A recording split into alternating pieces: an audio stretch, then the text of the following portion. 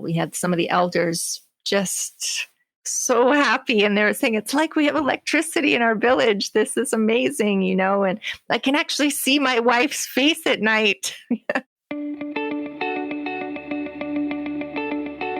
Hey there, Solar Warriors. I'm Nico Johnson, and this is Suncast. Each week, I pull back the veil on the life and business insights of clean tech entrepreneurs building the most noble and impactful companies of our time. I hope what you learn from this conversation is a catalyst for your own growth. So thanks for tuning in, and welcome to our tribe.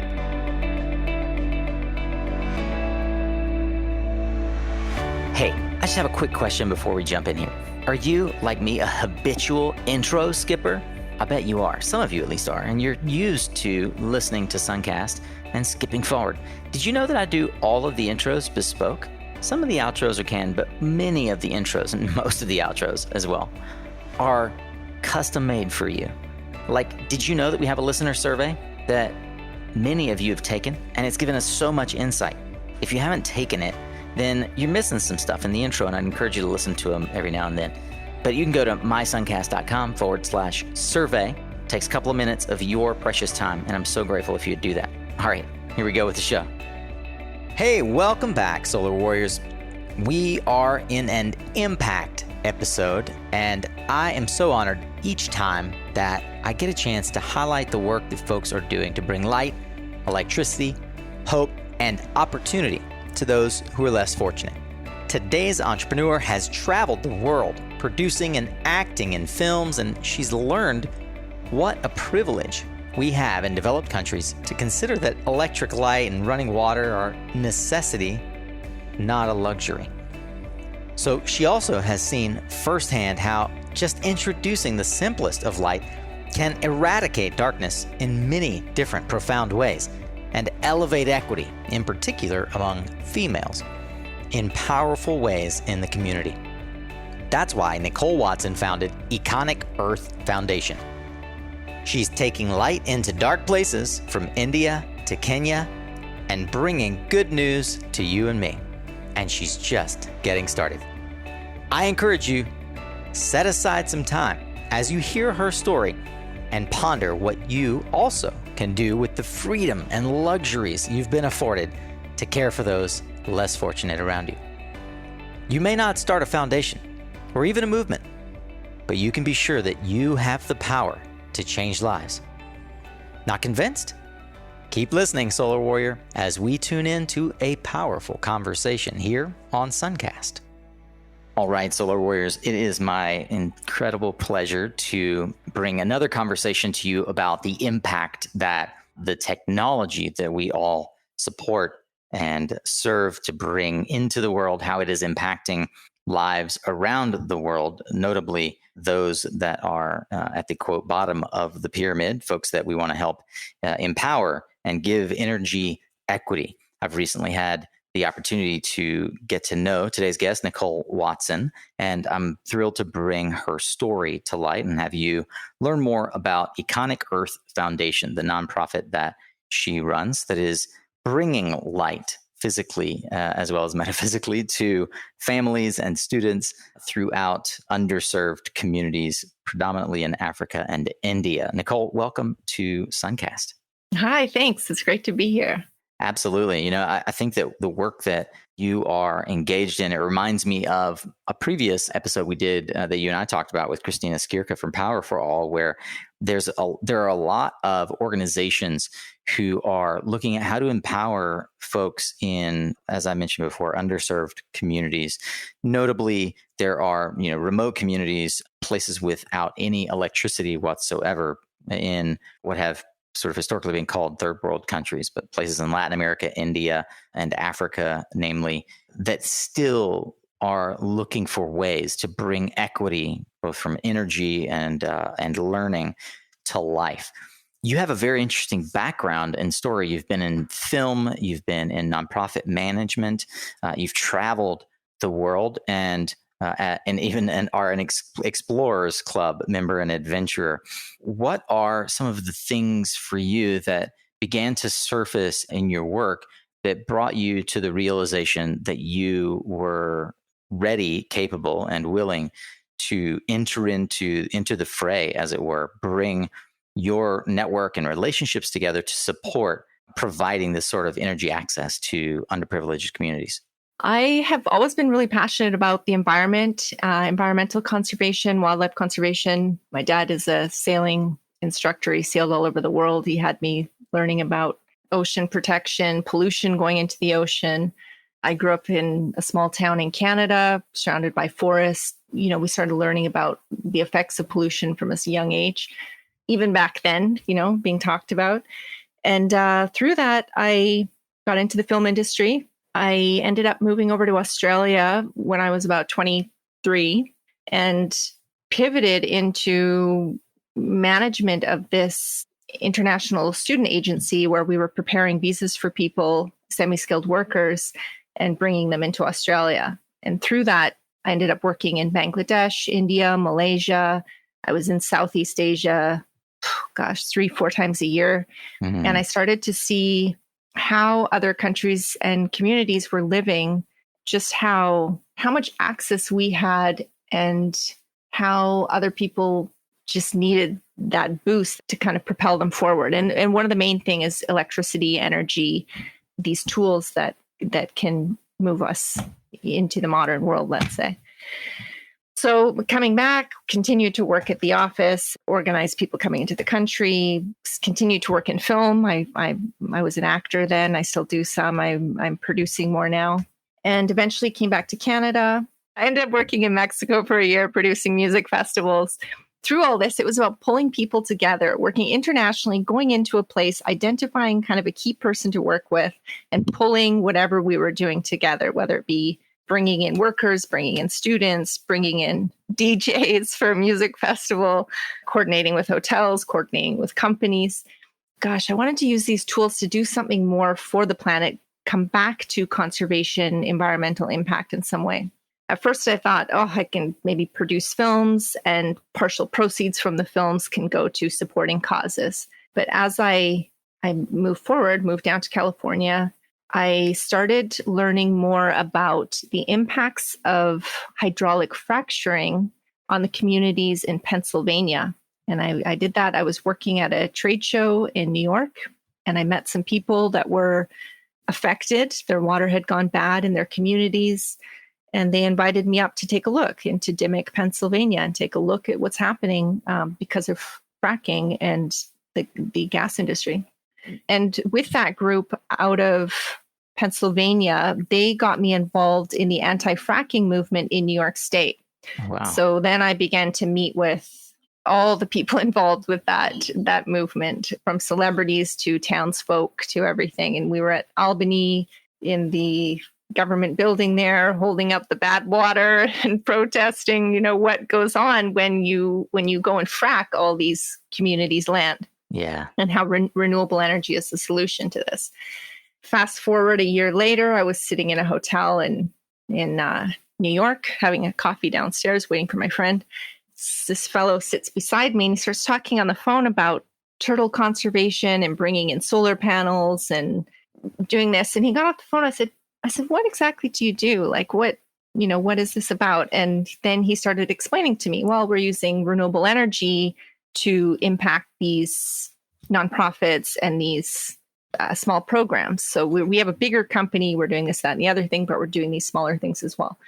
And then it kind of like dinged. I'm like, wow, yeah, this is really incredible. We can help the environment, help wildlife, and use the renewable energy model, which is much needed. We can't continue with this oil and gas model. Like it's not working. When we have this wonderful new technology that's much cleaner and a lot less harmful for our atmosphere and for our planet. That kind of moved forward. I ended up bringing in an investor, one of my film investors. I brought them into the company. I became an advisor into the company. So I ended up bringing some funds in for them. I got involved they were working with Sanlap India on this India project where they were bringing solar. They were the solar providers for the program.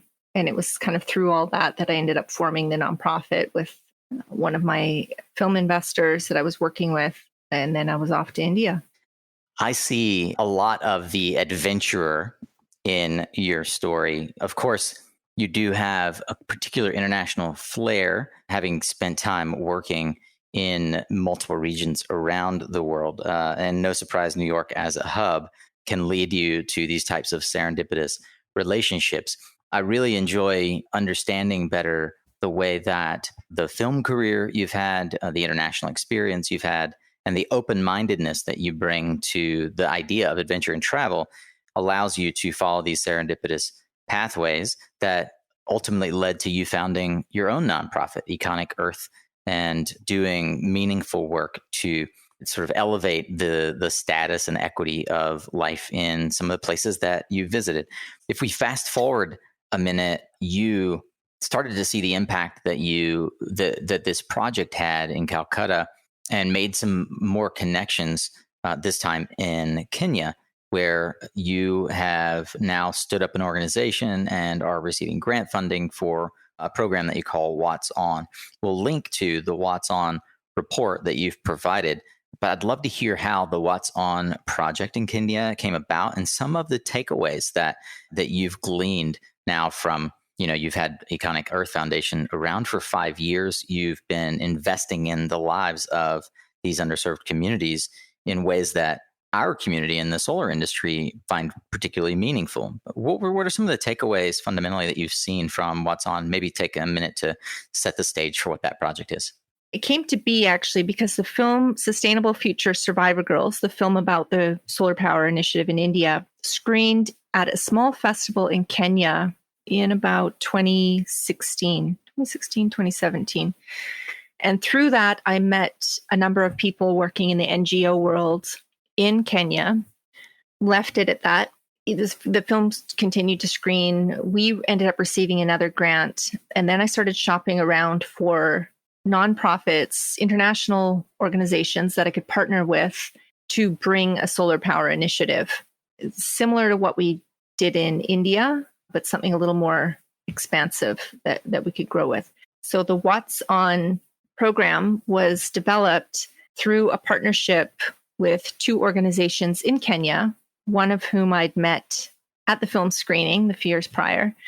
We were building on an initiative that one of the partners had done a number of years prior. They did a small initiative where they passed out a few portable solar lights in one of the schools. The results were that the kids' exam scores went up tremendously. So we thought we could build on that. We could add more of a data collection into it, so where we could follow up with the students and monitor them as far as the education impact, and branch out to way more schools so we could get more statistics, more impact, and help these kids on a bigger level. So the Wattson Lighting Students' Lives is right now empowering students with portable solar lights. The students we work with, they live off-grid. There's no electricity access at school or at home. They live in manyatas. It's a small hut made of sticks, mud, and I believe some cow dung with a nice tarped roof. And at the moment, kids, they use either kerosene lamps or they study by a burning fire, which is burning inside the manyata, so it's quite smoky, or they use the moon. They have no electricity at home or at school. They want an education. They want to become doctors, social workers, teachers. The difficulty is they are writing the same level of exams called the national exams in year 8. The kids write them as the kids in Nairobi who have electricity access, computers, lighting, everything else. These exams are shipped in by the national government. They write the exams. They're shipped back to Nairobi marked. And that determining score will determine what level of high school they can go to and their further education. So these kids are up against a mountain, trying to achieve these dreams, studying under moonlight or by a kerosene lamp. And it's just, they're really phenomenal individuals for everything that they go through in life. And they've got tons of family chores, collecting sticks, herding animals. So right now, we, as of last year, we worked with 8 schools. We distributed just over 500 solar lights. We do a full training when we distribute them. We do data collection on an app technology. Our apps work offline. So We can bring on volunteers. We just have local kids from the community upload all the information, and then we do the statistics and data collection of their exam scores at the end of the year. We also, in December, we went into the communities to learn about the impacts within the communities from the portable solar lights, which were really phenomenal. We had some of the elders just so happy, and they were saying, it's like we have electricity in our village. This is amazing, and I can actually see my wife's face at night. And I've never been able to see their expressions, because everybody's off doing their work in the day, and then they come back to darkness for the most part. Wow. So yeah, when we look at the impacts, which are safety, security, they're using the lights to scare away hyena and elephant out of their compounds. There's people that come from other villages to steal the goats, called raiders. Often they assault people that are in their homes alone. If there's a light outside, they will not do that. And that's all with a portable light, which I know is not sustainable. We are now looking at doing a mini microgrid and moving into mini microgrid models that are more sustainable. But I do feel that when communities who have been living off grid have access to even a portable light, they start to understand the impacts of electricity and the impacts of light, and how the cost savings of that and the value of that in their life could translate into potentially wanting regular electrical access. Because when you talk to them right now, they say, no, what do we need to buy electricity for? We don't want this. We live just fine how we are. And that's kind of a big issue, I think, when trying to take kids or people from off-grid communities and link them into a grid. Well, something that stands out to me as I've read the report and you and I've discussed some of the impacts beyond the obvious things that you commented on, the family dynamics, the improvements of being able to do chores in the evening instead of having to miss school to do chores. With only 4 months difference between the two groups of kids that got the lights, there's a notable improvement in test scores for children who had light for an additional 4 months in their community. And I think that is remarkable from a human narrative, from the perspective of literally lifting folks out of poverty. The ability to improve test scores improves their ability to continue in an education path, as opposed to being sort of relegated to maybe staying in the community as some other type of manual labor worker. So I think that that's a truly remarkable impact. I'd love to see if there are ways, just as a community, that we could help to sort of lean into that cause. The anecdotal stories around safety and security also, make me smile. The ability to keep hyenas and elephants away, because of course there's a light. The household savings from not having to buy kerosene and the health advantages and hygiene advantages there are phenomenal.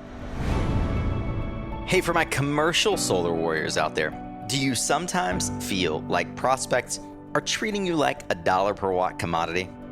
Instead of a race to the bottom, why not add more value to your proposals by including DemandX load flexibility software from Extensible Energy?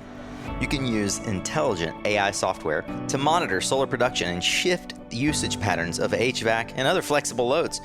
The result is increased savings on energy charges, demand charges, time of use charges, and that makes you and your proposal stand out from the crowd. Who doesn't want that? You can learn all about DemandX and how you can include load flexibility software as part of your proposals at extensibleenergy.com/suncast. And as a bonus, you'll get free load flexibility analysis, sales training, and info on how you can even white label DemandX for your solar company. So go ahead, stand out with DemandX from Extensible Energy. I understand that you've introduced a program called the Wattson grant, and you mentioned a bit about your mini grids and microgrids becoming self-funding. Can we talk a bit about that? The Wattson grant is a program we wanted to introduce to the top performing students of each school, that we could kind of tie into all the students that receive a solar light. I had actually had the top girl and boy performance of each school, thinking, just in case the boys had more access or whatever, we want it to be fair. But it turns out in some of the schools, it's actually 2 girls that are getting the top scores. And I'm thinking now, I'm like, gosh, maybe we should give the grant for the top 2 performing students, not necessarily the top boy and top girl. But the idea is to give them a small grant that helps with their high school fees. So if they score a higher score and they're allowed to go to one of the better high schools, because your national exam score will determine what level of high school you can go to. The better schools have better teachers, better access. But there's a cost involved. They have to pay their school fees, which then that comes back to the families to pay. So it's kind of an additional motivation that when they receive their solar light, they study, they do well on their exams, then there's an ability to achieve a small grant, which helps them continue into high school and pay those fees. And so you mentioned a little bit earlier when we were talking about documentary films that you have a new film that began last year, 2019, called Light. Give me a bit more background on Light and how, if folks wanted to see it, I understand that it's going to be coming out in 2021. And then I'd love to get into sort of the roadmap for Econic Earth Foundation. Yeah, so I'm just going to backtrack for 1 second and talk about the microgrids, mini microgrids. We've been doing the solar light distribution. We've got a bunch more solar lights. They're all now sitting in Kenya because the schools are closed with COVID-19. In the interim, while we're kind of assessing what's going on, we're looking at building in our mini microgrids, which was kind of our stage 3 of the program, but we're building it to be a separate program. We need something that is sustainable. So as we're doing the portable solar lights, we know that it's donor dependent, as a lot of these programs are. So when the donations stop, the program has to stop. Because funds aren't being recirculated. So we're looking at mini microgrids. The communities are very receptive to having a mini microgrid to be able to set up some small business and small services. So we will be launching 5 mini microgrids across Kenya, working out that model where we can then multiply it and take it to a larger scale. The idea of doing the mini microgrids is that they'll be self-financing and sustainable. So the money generated through the community will be able to pay for the solar repairs, the security to protect the solar, and other elements that are involved with maintenance. Switching back, when we visited all these schools in northern Kenya, so the area we're working is up near the border of Ethiopia in an area called Marsabit. A lot of these schools actually have solar on them. The government laid out an initiative. They brought in solar. As far as I'm aware, the panels worked for maybe a year, if not less, before the attachments, different things started breaking. Pieces of it were stolen. Some of them we saw the storage batteries were laying on the concrete on the floor. It wasn't built into shelving. Yeah, there's an issue with bringing in solar and then not having the funds to maintain it, and the government not doing much to maintain it either. And the schools can't afford to pay for repairs or parts. So if there's anybody out there that wants to come to Marsabit and fix all these solar installations, sign up. Yeah. Nicole at econicearth.com. Yeah, absolutely. Yeah. So, and then flipping forward to the documentary film, we've been filming the initiative of the solar light distribution and the impact of that on students' lives, developing a documentary film called Light. The idea was to film our solar light distribution and cut a film based on that. But I am looking at the possibility to extend the film and cover a little bit more of what we're going through as we're moving into the mini microgrids, to kind of touch on some of the bigger aspects as far as doing these NGO programs and building in models that allow them to be sustainable and take them forward into the future. So ideally we will launch it in 2021. It may end up being near the end of the year once we get through editing on that. If we have a bigger solar company that comes on to work with us, we would be more than happy to affiliate their company and tie in some branding when we do launch the film through the festival. Indeed. Well, we have a number of bigger solar companies participating as Suncast community members and listeners. So here's the call out to you all to see how you can help. Yeah, to see how you can help Nicole. Nicole, you have quite an inspiring mission, and I'm really intrigued at how you continually not only leverage and expand your network, but leverage as well the historical context of your acting career, your access to those tools and that knowledge base. You mentioned that there are a few things that perhaps could be structured better. I know one of the things is, as you mentioned with the mini grids, you're looking at how to bring investors on and how to pair investors and donors with these projects, but also how to innovate around the business model.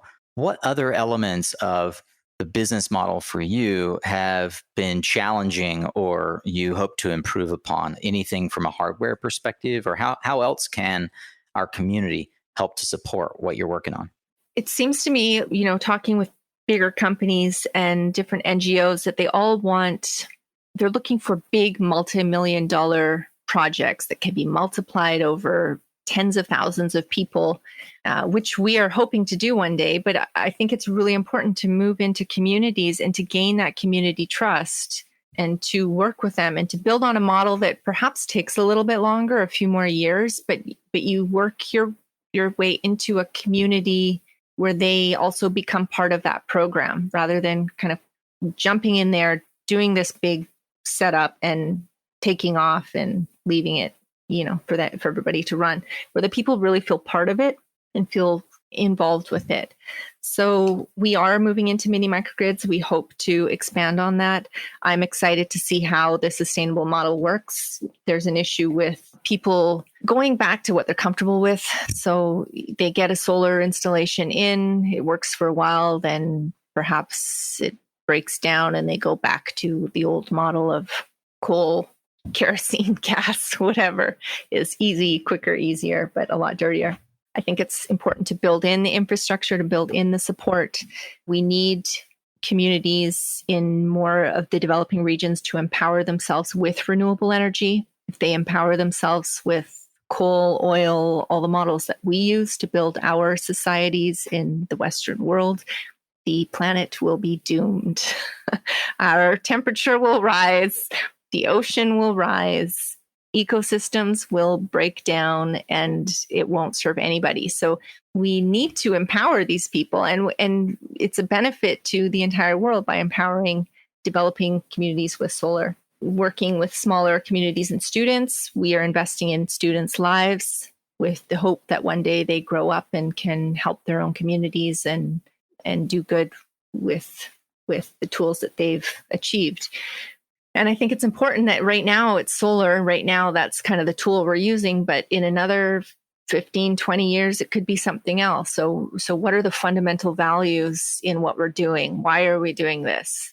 Have you looked at other regions beyond India and Africa, namely where we have a lot of listeners and I'll say friends in the industry beyond the United States borders, is in Latin America? Is that a region that you've considered? Yes. Some people have talked to me about coming into Brazil to do some work. When we started the Wattson Lighting Students' Lives, right away, we started getting people asking us, can you come here? Can you do this here? And then we started spreading ourselves really quickly. And we realized that by doing that, we were taking a lot of energy away from building this really solid framework and model in Kenya. So I made an executive decision to say, okay, no, we're going to put on hold these international projects. We're going to really set up something that works here, and then we'll be able to multiply it. So I would love to work in Latin America. I worked in Mexico for a year, in Cabo San Lucas, and got a lot of friends, Ecuador, South America, Caribbean. And that would be really wonderful to do. So, and I really like the model of working with portable solar lights as a stepping stone, which gets people off the kerosene, off the wood burning, which impacts their health. They start to see how electricity can be a benefit in their life, and then slowly moving into microgrids, and then, whatever's going to come next. But I think it's a really nice segue. And I was actually in Togo last year. I just got my little Facebook pop-up reminder with my photos.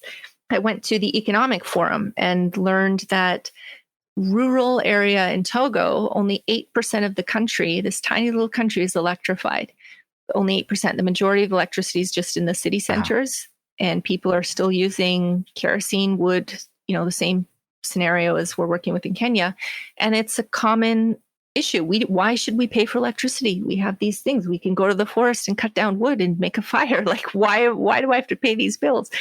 And I was saying to the people, like, if you give them portable solar lights to start with, and people can start to see the impact of electricity and then build up from there, it's not a bad model, because you start to understand the cost savings, you start to understand the health benefits, and start to get a sensitization of what light and electricity in that form can do.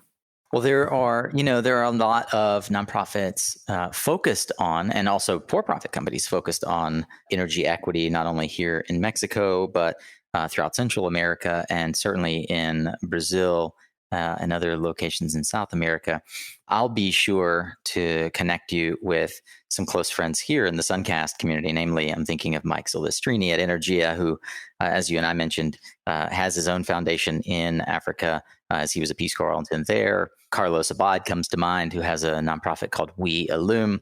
Another former Suncast guest, Juan Fermin Rodriguez, runs Kingo. Perhaps you've heard of them. They're probably the largest provider of off-grid and mini-grid systems in Guatemala and Central America, pretty well-funded company. So I think there are a lot of partnerships, back to your partnership model, that would fit really well within not only the Suncast community, but the Latin America community.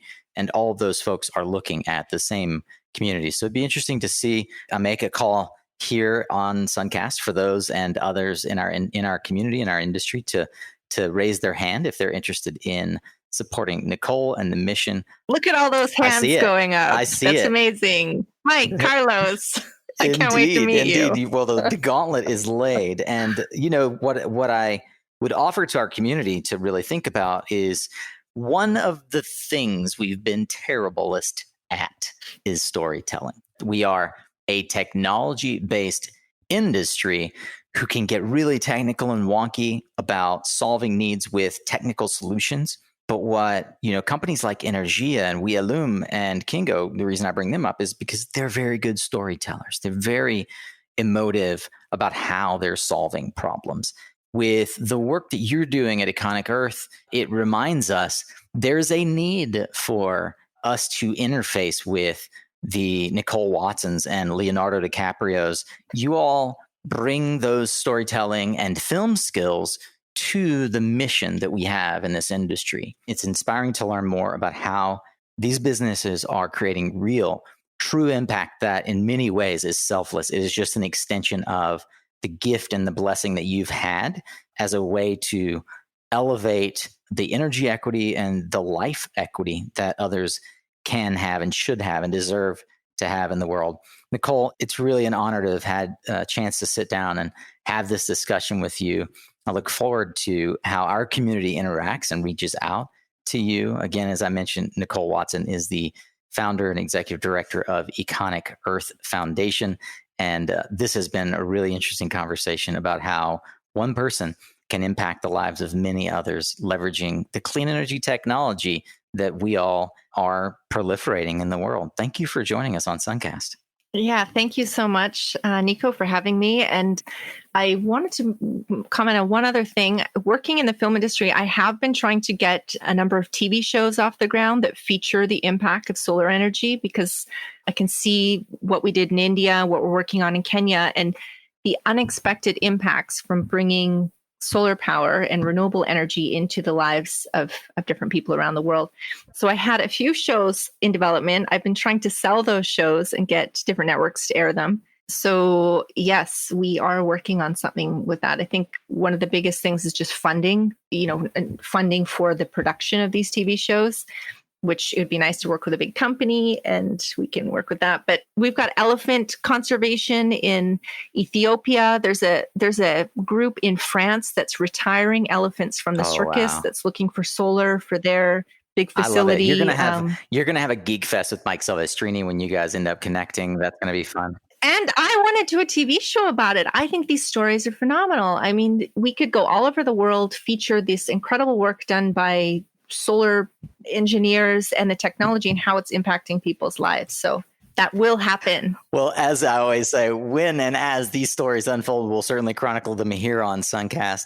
Nicole, it's just a real honor to have been introduced and met you. I thank you to Gary at Sets for connecting us late last year. And I do look forward to the serendipitous ways that our communities interact and our networks engage with one another. Part of having this platform as well as yours is to spark creativity, to spark these stories, and to be a catalyst for the change that we want to see in the world. Thank you for the work that you're doing. And thank you all for tuning in with us here today. All right. Solar Warrior, what an inspiring story. I hope that you are more prepared than ever to take on the energy transition with a renewed sense of strength and insight. And I can assure you, we'll be hearing a lot more from Nicole. Did that episode resonate with you? You know, we'd be really honored to hear your thoughts. And if you wouldn't mind, shoot us a message on LinkedIn or Twitter with your takeaways. I almost always post an episode summary over on LinkedIn. So maybe that's even how you found out about this or another episode. I hope that we can keep the conversation going there. If you're eager to keep learning, then as always, you, my fellow Philomath, can find these resources and highlights from this discussion and every other discussion, along with social media links, book recommendations, and so much more at mysuncast.com. I'd love to hear your feedback about how we can improve the website and the show and everything else. So while you're there, would you take a moment and give us your feedback in the listener survey? It really does make a huge difference. Every single question gets read by yours truly, and we integrate our understanding of how to propel this show forward based on how you give us feedback right in that survey. You can go to that survey at mysuncast.com/survey. And finally, if you are new to the industry or the show or looking at how you can get involved, I'd highly encourage you to join me and several hundred of my friends over on Facebook in the Energy Guild. It's easy to just search and find the Energy Guild. It's a network of hundreds of clean energy professionals, veterans and newbies, maybe as you are. You can get access to exclusive live trainings, mentorship, and guild-only guides. We're dropping stuff into the group every week, so I'd encourage you to jump over and check that out. You can get our latest guide if you do, all about the tools I use to maximize my output with as little input as possible. Remember, you are what you listen to, Solar Warrior. You owe it to yourself. Thanks again for showing up. It's half the battle.